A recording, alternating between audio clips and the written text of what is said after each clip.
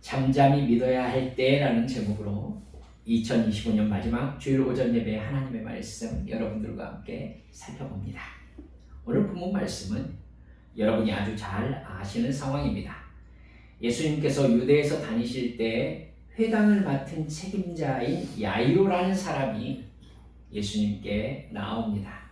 그리고 엎드려서 어린 딸이 죽게 되었다면서 예수님이 딸에게 손을 얹으셔서 낫게 해주시라고, 딸을 살려주시라고 그렇게 예수님께 부탁합니다.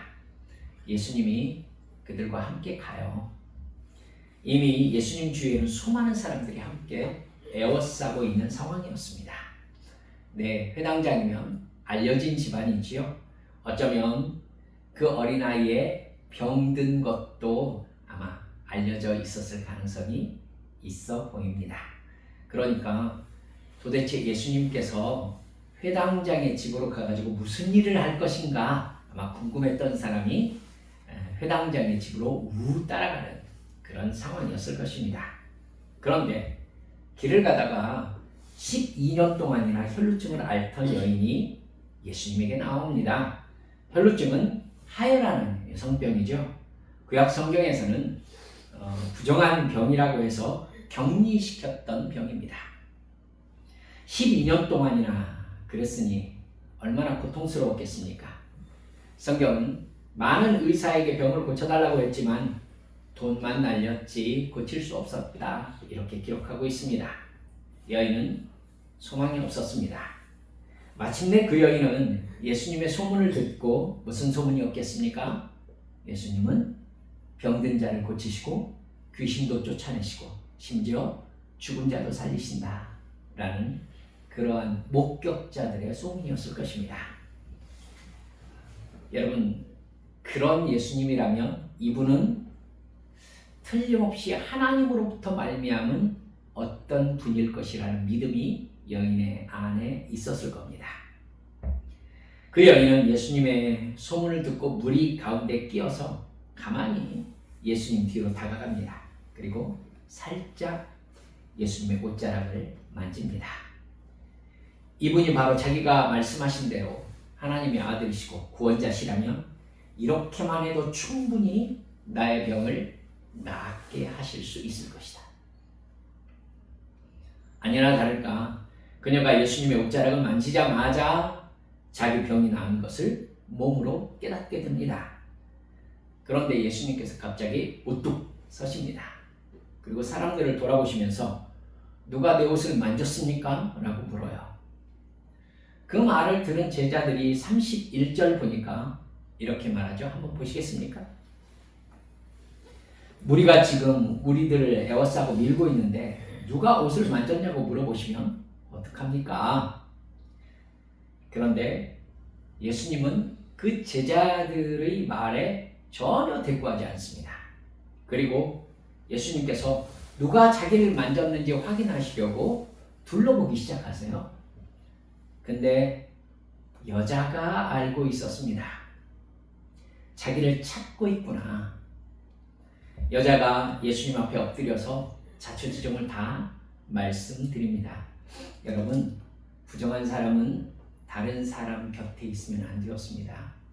그러니까 율법적으로 예수님을 만지는 것은 율법을 어긴 일이 되는 것이죠.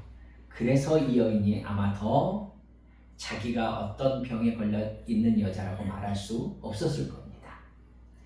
그러니까 예수님 옷자락을 몰래 만졌던 것을 자초지종을 다 이러해서 내가 이렇게 했습니다라고 얘기할 수밖에 없었던 것이죠. 예수님이 말씀하세요. 딸아, 네 믿음이 너를 구원하였으니 평안히 가라. 네 병에서 놓여 건강할지어다. 병이 나았음을 확인해 주시고 그녀의 믿음에 축복해 주셨습니다. 예수님께서 딸이라고 불렀던 사람은 단 한 사람, 이 여자뿐입니다. 여러분, 예수님과 제자들의 대화가 딱 끊기는 지점을 아시겠습니까? 생각해 보세요. 예수님이 지금 사람들이 자기를 막 에워싸고 밀고 여기까지 오고 있다는 것 모르시겠습니까? 당연히 아시죠. 지금 예수님이 여기까지 밀려오신 당사자이십니다. 그런데도 불구하고 예수님이 물으시잖아요. 누가 내 옷을 만졌습니까? 그러면 예수님의 마음을 읽는 제자들이라면 어떻게 반응해야 되겠습니까? 지금 우리들과 함께 군중들이 예수님을 밀면서 수많은 사람들이 예수님의 옷을 만졌을 텐데 그럼에도 불구하고 누가 만졌느냐고 하시는 것은 틀림없이 누가 어떤 특정한 의도로 예수님을 만져서 무슨 일이 발생했다는 뜻이로구나. 이러면서 예수님의 말씀대로 누가 예수님을 진짜 어떤 의도로 만졌는지 찾아봐야 예수님하고 대화가 통하는 사람들 아니겠습니까? 그런데 그야말로 제자들은 예수님을 그 순간 바보 취급하는 걸 볼 수 있지요. 예수님 지금 그렇죠. 여러분, 저는 이걸 굳이 좀 좋지 않은 얘기지만 설레발이라고 이렇게 표현을 해보겠습니다. 예수님과 포인트가 맞지 않는 것이죠. 마침내 나타난 그 여인과 예수님이 나누는 대화를 제자들이 옆에서 들었겠지요. 여러분, 다 마치시면서 예수님이 딸아, 내 믿음이 너를 구원하였으니 평안히 가라. 네 병에서 놓여 건강할지어다. 이렇게 축복하시는 말씀을 듣고 제자들 얼마나 되게 민망했겠어요. 그렇죠? 얼마나 또 죄송했겠어요. 이런 종류의 핀트가 맞지 않는 설레발은요, 회당장 집에서 또 등장한다는 것을 여러분 아셔야 합니다. 예수님이 회당장의 집으로 가고 있는 동안에 회당장의 집에서 사람들이 와요. 그러면서 회당장이 얘기합니다. 딸이 죽었습니다. 이제 예수님을 집으로 모시고 올 필요가 없어졌습니다. 근데 그 말을 들은 예수님이 회당장에게 말씀하세요. 두려워하지 말고 믿기만 하십시오. 그리고 마침내 회당장의 집에 도착합니다. 이미 회당장의 집은 초상집이었어요. 울고 통곡하는 사람들이 많았습니다. 여러분, 근데 예수님께서 그들을 보시고 하시는 말씀이 뭡니까? 왜 소란스럽게 울고 있습니까? 이 아이는 죽은 것이 아니라 자고 있는 것입니다. 그러자 우리 읽었지 않습니까? 40절에 보니까 사람들이 예수님을 비웃었습니다. 이 비웃음을 한 번 더 발생한 설레발이라고 표현하고 싶습니다. 예수님이 누구입니까? 자기가 안식일의 주인이라고 말씀하시는 분이세요. 귀신이 예수님을 보면 발작을 일으키면서 정체를 드러냈고 예수님의 말씀에 쫓겨나갔습니다. 모든 사람들이 보고 들었습니다. 여러분, 병자들을 고치고 죽은 자를 살리시는 것을 사람들이 직접 보았습니다. 여러분, 이 세상에서 감히 누가 사람의 죄를 사하고 누가 감히 자기를 안식일의 주인이라고 말할 수 있습니까? 귀신이 누구를 두려워합니까? 여러분, 화살표는 오직 이분이 하나님이시다 라는 거에 집중되어 있을 수밖에 없습니다. 예수님은 공공연히 자기를 하나님과 동격으로 표현하셨습니다. 그래서 회당장 야이로는 지금 죽을 병에 걸린 딸을 구하기 위해서 생명의 주관자라고 믿어지는 이분을 자기 집으로 지금 모시고 온 것입니다. 뿐만 아니라 여러분, 분명히 이미 딸이 죽었다는 소식을 전하러 간 사람이 나가는 것을 회당장의 집에 있는 사람들이 보았습니다. 근데 예수님이 집에 들어오시는 거예요. 그리고 들어오시더니 이 하나님의 아들이라는 사람이 소녀가 죽은 게 아니라 잔다고 말씀하세요. 여러분, 딸이 죽은 것은 자기들이 확인한 상황입니다. 딸은 시체예요. 그것을 이 양반이 분명히 들어서 알고 있을 텐데도 잔다고 하시는 거예요. 자기들이 울고 있는 이유를 알 텐데도 잔다고 하는 거죠. 그럼 여러분, 이 정도 되면은 조금만 생각을 깊게 하는 사람들이라면 이분이 어떤 의도가 있으셔서 하시는 말씀이라는 걸 알았어야 하지 않을까 싶은 겁니다. 예수님은 딸에게 들어가셔서 너무도 간단하게 딸의 손을 잡고 달리다 굼, 네 글자 말씀하시고 딸을 살려내셨습니다. 예수님이 말씀하신 대로 마치 잠자는 아이 깨워서 데리고 나오듯이 시체였던 아이를 데리고 나오신 것입니다. 예수님이 잔다고 하고 마치 잠깬 아이 데리고 나오듯 아이와 함께 나왔을 때에 비웃었던 사람들은 얼마나 놀랬겠습니까? 또 얼마나 속으로 민망했겠습니까? 조금 더 아는 양반들이면 얼마나 죄송한 마음이 있었겠습니까? 비웃으려면 예수님이 아무것도 하지 못하고 그냥 딸을 시체로 두고 나가실 때 그때 비웃어도 늦지 않지 않습니까? 우리는 이렇게 연속으로 예수님과 포인트가 맞지 않는, 죄송합니다만 이 설레발이라고 제가 표현한 제자들, 그리고 회당장 야이로의 집안에 있던 사람들을 살펴보면서 우리가 두 가지 올해 마지막으로 점검하면서 정리하시면 좋겠다 생각합니다. 첫째, 예수님은 무슨 상황이 벌어졌는지 다 아시고 계실 뿐만 아니라 예수님이 나의 상황을 주도하고 계시다는 것을 분명히 알고 믿으시기 바랍니다. 하나님은 바보가 아닙니다. 무슨 일이 벌어지고 있는지, 그리고 나에게 무슨 일이 벌어졌는지 다 아십니다. 다 아실 뿐만 아니라 우리를 가장 사랑하시는 하나님 아버지께서는 어떤 상황에서도 하나님의 은혜를 우리에게 베풀어 주고 계시다는 것을 여러분 믿으시기 바랍니다. 창세기 17장 1절 말씀에서 하나님은 아브라함에게 이렇게 말씀하십니다. 나는 전능한 하나님이라. 우리는 그 전능하신 하나님께서 아들을 보내 십자가에 못이 박혀 대신 죽게 하시면서까지 우리를 구원해내신, 그래서 자녀 삼아주신 그런 귀한 존재들입니다. 여러분도 그러시겠지만 제 딸이나 제 아들이 어떤 일로 울면 제 가슴이 무너집니다. 도대체 누가 감히 내 딸 눈에서 눈물이 나게 했는가?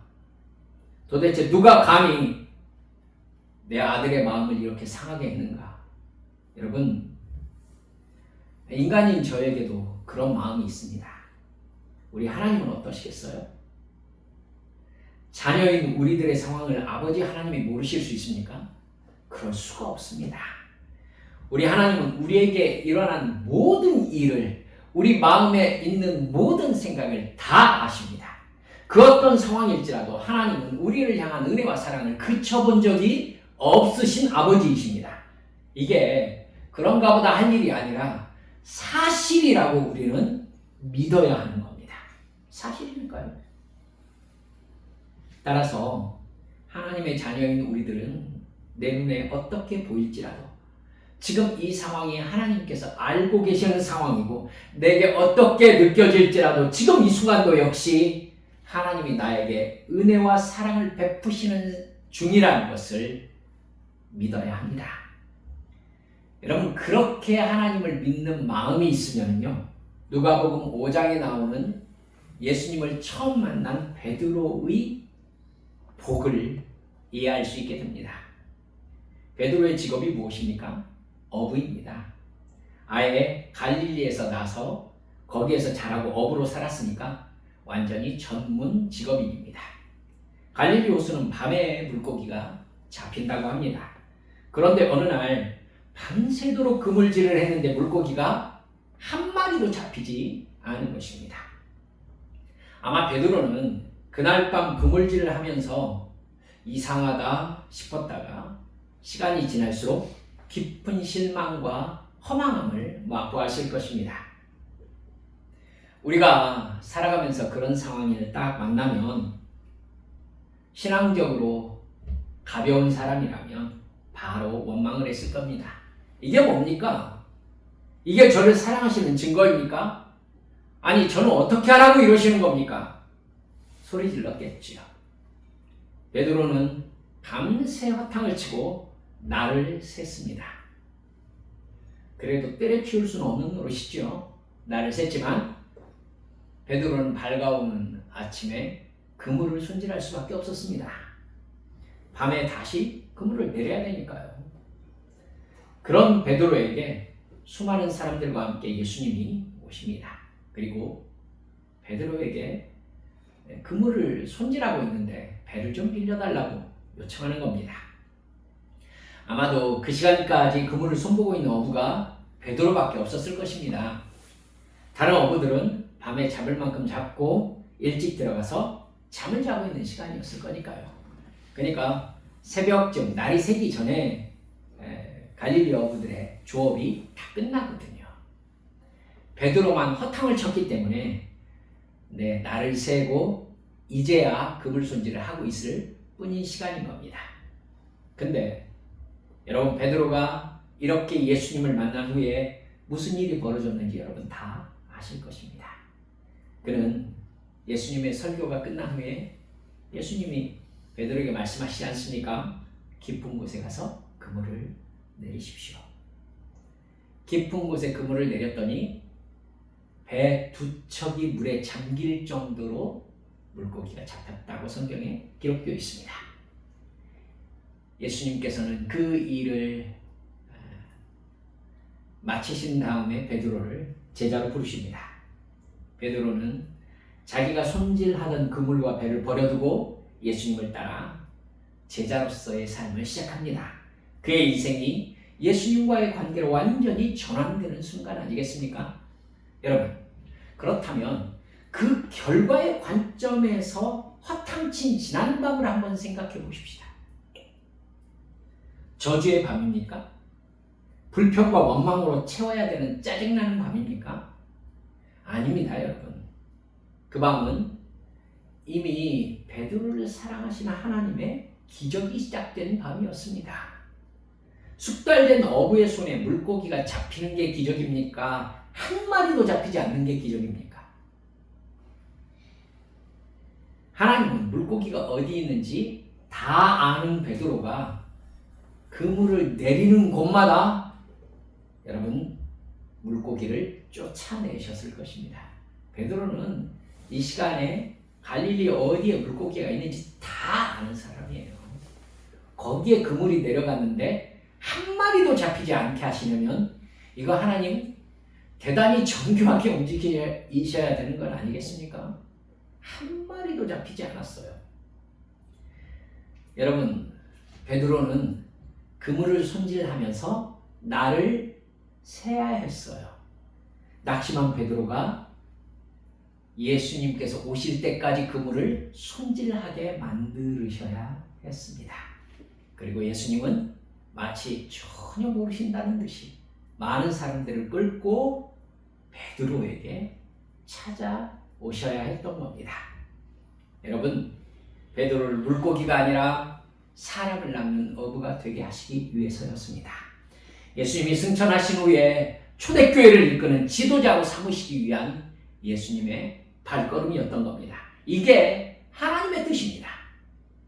상황을 섣불리 판단하면서 미리 실망하고 하나님께 원망하고 불평할 일이 아닙니다.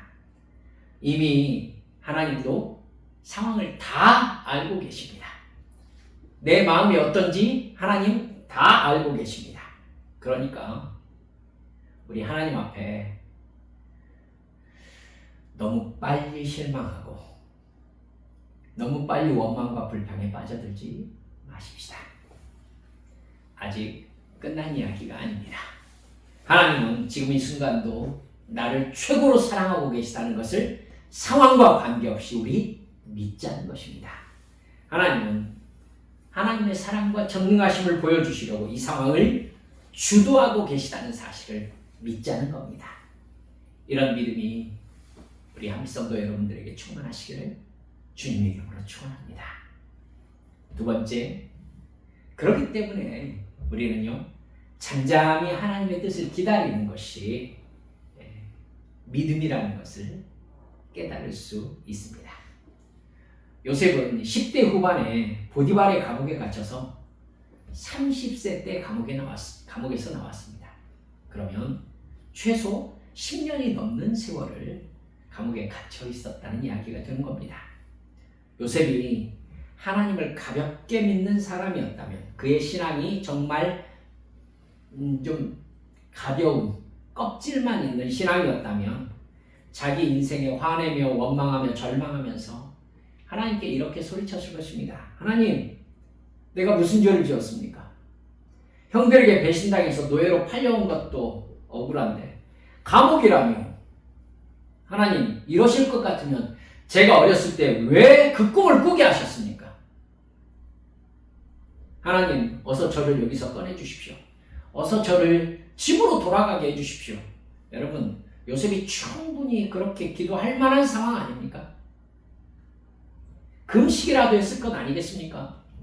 우리들은 어려움 앞에서 그런 간구의 태도라도 가지는 것이 믿음이라고 배웠습니다. 하지만 만약에 요셉이 그런 기도를 하나님께 정말 간절히 드렸더라도, 여러분, 우리는 다 알잖아요. 그 기도는 10년 이상 응답될 수 없는 기도였어요. 신실하신 하나님이심에도 불구하고 하나님은 그 감옥에서 요셉을 하나님만 바라보는 믿음의 사람으로 키우실 작정이셨습니다. 하나님의 계획은 그 훈련이 마쳐질 때쯤 술 맡은 관원장이 그 감옥에 들어오게 하셔서 그 꿈을 해석하게 한 다음 파라오에게 꿈을 꾸게 해서 술 맡은 관원장이 다시 요셉을 기억해내고 요셉을 궁궐로 데려가는 그런 계획을 하나님은 세워놓으셨던 겁니다. 여러분, 그리고 요셉을 거기에서 이집트의 총리 대신으로 삼아서 아버지 야곱에게 속한 모든 식구들을 이집트로 데려와서 고센 땅에서 민족으로 육성시킬 계획을 하나님은 이미 다 세워놓고 계셨습니다. 그런 하나님의 마음도 모르고 요셉이 날이면 날마다 하나님께 여기서 나가게 해주시라고 울면서 기도하고 심지어 금식하고 작정 기도하고 잠도 안 자면서 헬스하게 말라가면 여러분, 하나님이 어떻겠어요? 응답 없는 하나님을 원망하면서 절망하고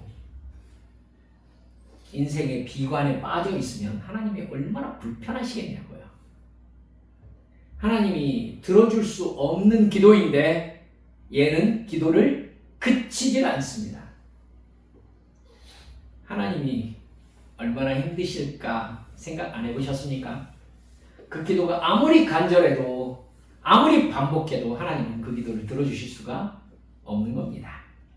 요셉은 10년이 넘도록 감옥에서 하나님을 바라보는 믿음을 연단받고 하나님의 사랑을 올바로 깨닫는 영적 성장을 해야 했었습니다.